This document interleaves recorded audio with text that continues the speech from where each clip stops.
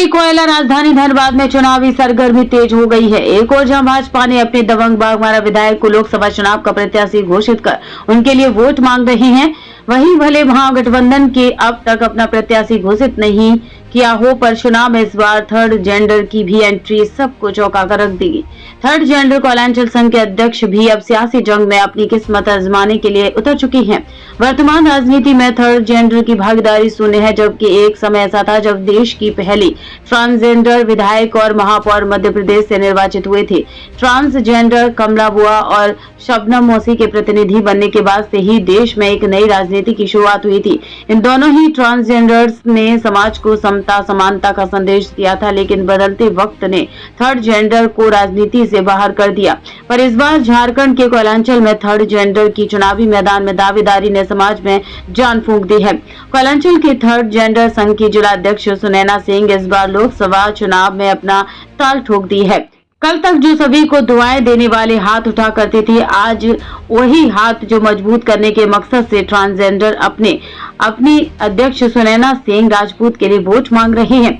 उनका भरण पोषण झारखंड ट्रांसजेंडर संघ के प्रदेश अध्यक्ष झमझम देवी ने किया। बचपन से पढ़ाई लिखाई और समाज सेवा में ज्यादा ध्यान देने वाली सुनैना किसी पहचान की मोहताज नहीं। कोविड के दौरान इन्होंने अपनी टीम के साथ समाज सेवा में लगी रही। जिले के स्टेशन और बस स्टैंड के आसपास जो सड़क पर ठेला लगाने वाले, कूड़ा बीनने वाले भिखारी, गरीब और कमजोर समूह के लोगों को 2 साल तक 2 टाइम मुफ्त भोजन दिया करते थे। सुनैना कहा करती है कि जो धनबाद देश को ऊर्जा देता है वह खुद अंधेरे में है। जो धनबाद रेल मंडल देश का दूसरा सबसे कमाऊ रेल मंडल है, पर यहाँ के लोगों को दिल्ली, मुंबई या दक्षिण जाने के लिए आज तक डायरेक्ट ट्रेन नहीं मिली। एयरपोर्ट और एम्स जैसे बड़े अस्पताल धनबाद से देवघर चला गया है, पर जनप्रतिनिधि मौन रहे। इन्हीं सभी मुद्दों को लेकर वे चुनावी मैदान में उतर रही है। अगर धनबाद में अच्छा काम होता तो मांग कर कमाने वाली जो आज राजनीति में उतरना नहीं पड़ता। वहीं सुनैना सिंह के मुताबिक आजादी के 75 साल बाद भी ट्रांस समुदाय के सदस्यों से किनारा किया जाता है। अब तक उनके लिए किसी पार्टी ने कुछ नहीं किया। अपने परिवार के सदस्यों से वर्षों तक उपहास झेलने के बाद भी सुनैना अपने जैसों और मिडिल क्लास फैमिली के सपोर्ट से चुनावी मैदान में कूदने जा रही है। राष्ट्रीय दलों के उम्मीदवारों के आगे सुनैना जनता को भी अपनी पार्टी मानकर चुनाव लड़ेंगे। सुनैना कहती है कि राजनीति में आने के बाद ज्यादातर लोग भाई भतीजा बात करते हैं। उन्होंने कहा कि ट्रांस का कोई भाई भतीजा नहीं होता, वे हमेशा दूसरों का भला चाहते हैं, इसीलिए हर घर जाकर लोगों को आशीर्वाद देते हैं और उनके दुख और समाज की कमियां भली भांति जानती हूं। इसीलिए धनबाद के विकास के लिए मैं हर वो काम करूंगी जिससे धनबाद वासी को बोलने का मौका नहीं दूंगी।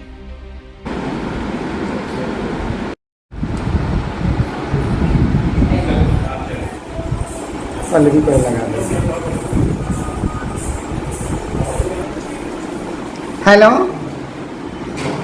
भला बेटा जी, कैसी हो?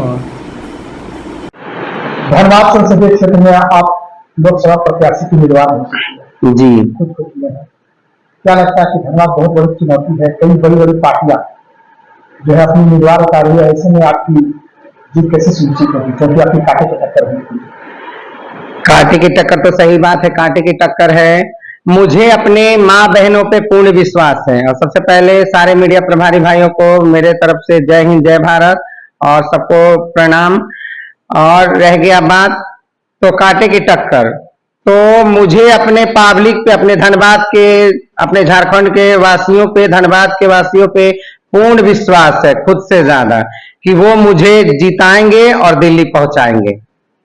धनबाद में अगर हम बात करें विकास की, तो एयरपोर्ट, एम्स और गरीबों के हित के लिए कोई ऐसा काम नहीं हुआ, इसको लेकर आपने क्या सोचा? यही सोच तो मुझे प्रेरित किया, मजबूर किया चुनाव इलेक्शन में लड़ने का।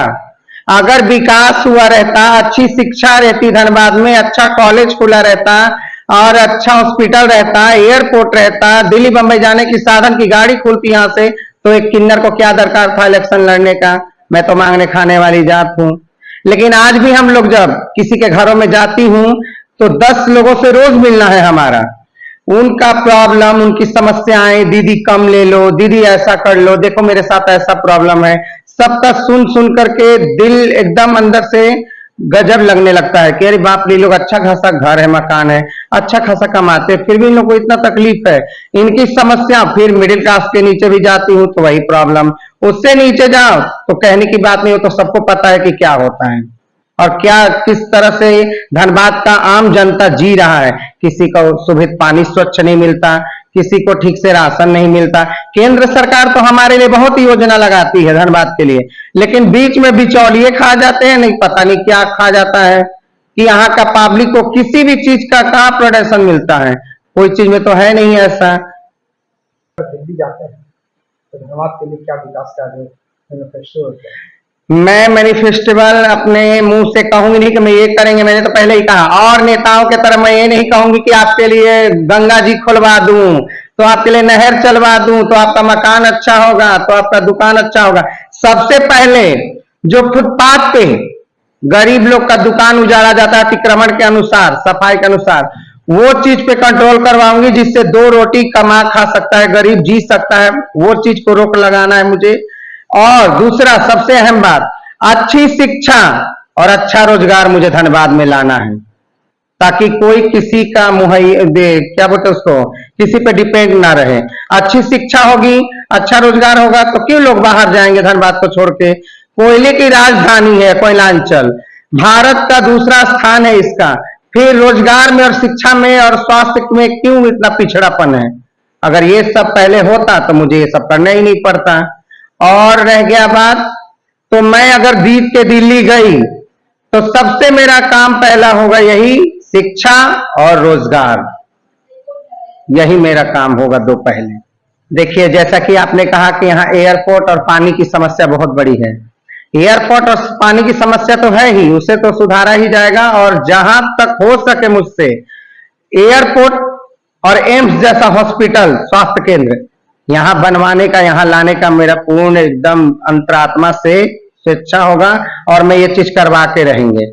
और रह गई बात, अच्छी शिक्षा और अच्छा रोजगार रहेगा तो सब धीरे धीरे धीरे धीरे सब ठीक हो जाएगा। कोयलांचल हो जाएगा, हीरे की कारखाना जिसको कोयले की राजधानी बोलते हैं, ब्लैक डायमंड, सचमुच ये ब्लैक डायमंड व्हाइट डायमंड हो जाएगा। सबसे पहले खबर देखने के लिए आप न्यूज स्टार भारत चैनल को सब्सक्राइब करें, लाइक करें, शेयर जरूर करें, ताकि हर खबर आप तक पहुंचे।